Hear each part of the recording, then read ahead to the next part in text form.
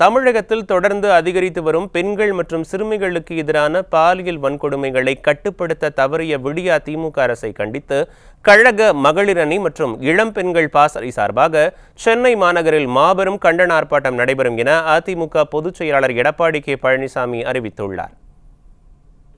இது குறித்து அவர் விடுத்துள்ள அறிக்கையில், தான் ஆட்சி செய்யும் மாநிலத்தில் என்ன நடக்கிறது என்றே தெரியாமல் அமெரிக்காவில் மோட்டார் பொருத்திய சைக்கிளை மிதிப்பது போல் நடிக்கும் பொம்மை முதலமைச்சரின் நடவடிக்கை விடியா திமுக அரசின் நிர்வாக திறமையின்மையை காட்டுகிறது என விமர்சித்துள்ளார்.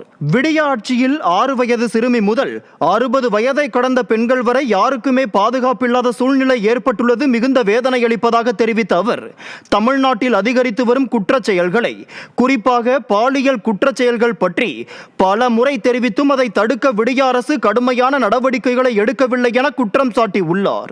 செப்டம்பர் 11ஆம் தேதி சென்னை உயர்நீதிமன்றம் வழக்கு விசாரணையின் போது தமிழகத்தில் போதைப் பொருள் நடமாட்டத்தை கட்டுப்படுத்த தவறிவிட்டதாகவும், இதனை கட்டுப்படுத்த முடியவில்லை எனில் சிறப்பு குழு போடுவோம் என்று விடியா திமுக அரசை நீதிபதிகள் எச்சரித்ததை சுட்டிக்காட்டியுள்ள அதிமுக பொதுச் செயலாளர், இது போன்ற நிலைமை இதுவரை தமிழகத்திற்கு ஏற்பட்டதில்லை என சாடியுள்ளார்.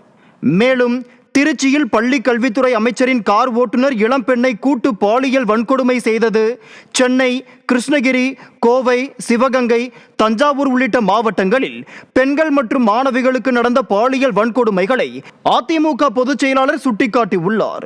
கடந்த 40 மாத காலமாக சமூக விரோத செயல்களை கட்டுப்படுத்த தவறிய விடியா திமுக அரசை கண்டித்து அதிமுக மகளிர் அணி மற்றும் இளம் பெண்கள் பாசறை சார்பில் வரும் 24ஆம் தேதி காலை 9:30 மணி அளவில் சென்னை மாநகரில் மாபெரும் கண்டன ஆர்ப்பாட்டம் நடைபெறும் என அதிமுக பொதுச் செயலாளர் அறிவித்துள்ளார். கழக மகளிர் அணி செயலாளரும் முன்னாள் அமைச்சருமான ப. வளர்மதி தலைமையிலும், கழக செய்தி தொடர்பாளரும் முன்னாள் அமைச்சருமான கோகுல இந்திரா முன்னிலையிலும் ஆர்ப்பாட்டம் நடைபெறும் என அறிவித்துள்ளார். இந்த ஆர்ப்பாட்டத்தில் கழக மகளிர் அணியில் பல்வேறு நிலைகளில் பணியாற்றி வரும் நிர்வாகிகளும், இளம் பெண்கள் பாசறையைச் சேர்ந்த நிர்வாகிகளும், மகளிரும் பெருந்திரளாக கலந்து கொள்ளுமாறு அவர் கேட்டுக்கொண்டுள்ளார்.